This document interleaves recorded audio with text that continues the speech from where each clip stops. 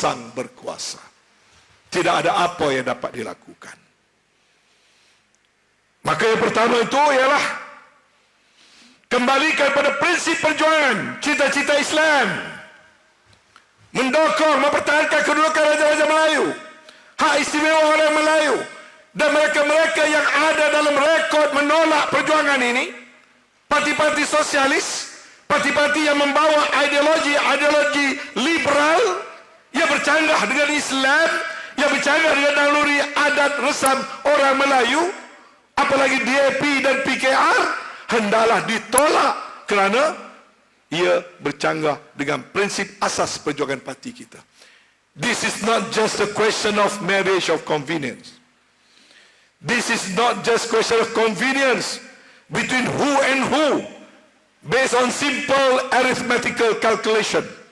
Hitungan politik, jumlah ni campur ni maka jadi kerajaan. Not that simple. It's not just a question of numbers, but question of commitment.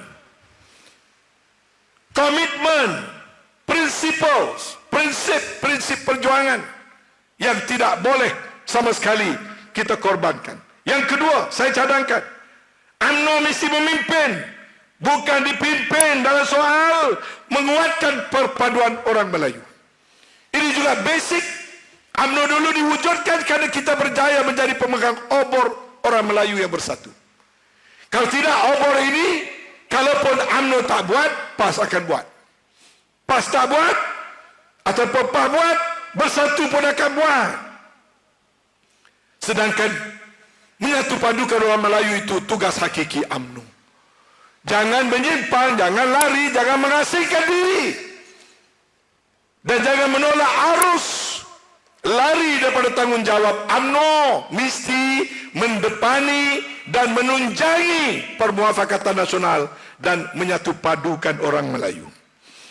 Yang ketiga, saya mengusulkan agar UMNO mesti berubah dan keluar daripada kepompong lama yang telah ditolak oleh rakyat, baik dari segi dasar, baik dari segi program, baik dari segi watak, personality atau pendekatan yang telah diberi signal oleh rakyat dan rakyat tolak, rakyat tak nak, rakyat tak suka.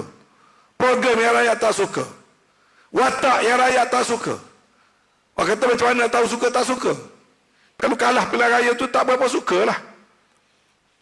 Tapi adakah nak tinggal semua yang kalah pilihan raya? Tak. Baiki, masuk balik, recon, no problem. We are not against any personality or individual, but we have to be responsive and sensitive to the will and wishes of the people, because we are from the people, by the people, for the people. Jangan menentang arus.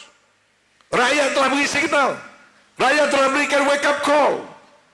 Maka kalau UMNO mau kepada penerimaan rakyat semula, maka tak dapat tidak, kita mesti keluar daripada kepompong lama. Yang keempat, UMNO mesti menerima realiti keperluan kepada ta'awun dan ta'ayush. Ta'awun artinya kerjasama. Politik solo, politik supremo, politik we are all the time the biggest, the strongest, the best.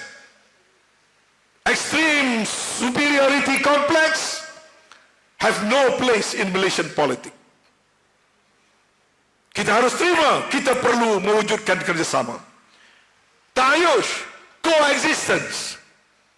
We are in a multiracial society of different religion, creed, racial background, social background. This plurality must be defended, must be enriched.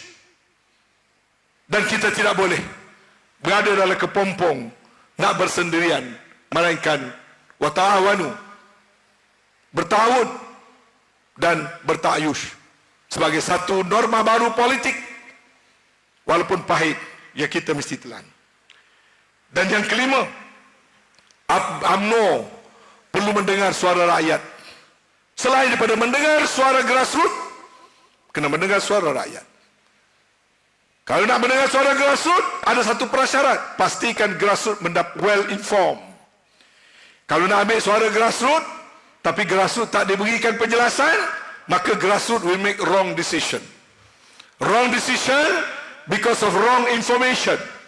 Misinformation, disinformation, or lack of information will lead to the wrong decision.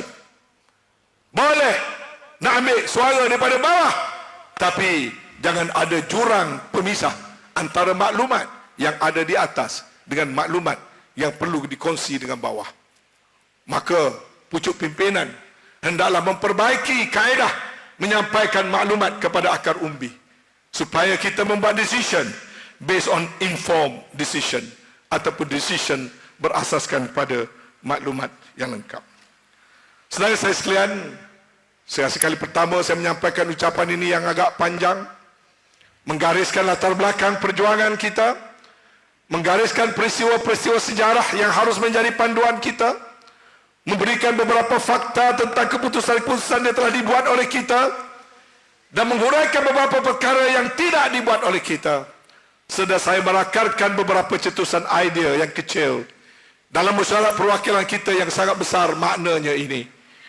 Sekiranya ianya berfaedah, bolehlah diguna pakai.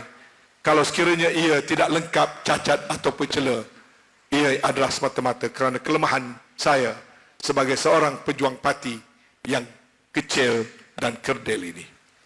Selamat bersidang para perwakilan sekalian. Saya merakamkan ucapan penghargaan dan terima kasih kepada jawatan kuasa dan urusia pengelola yang mengelolakan persidangan kita dalam suasana pematuhan SOP dan dengan kehadiran hanya sebahagian daripada kita semua.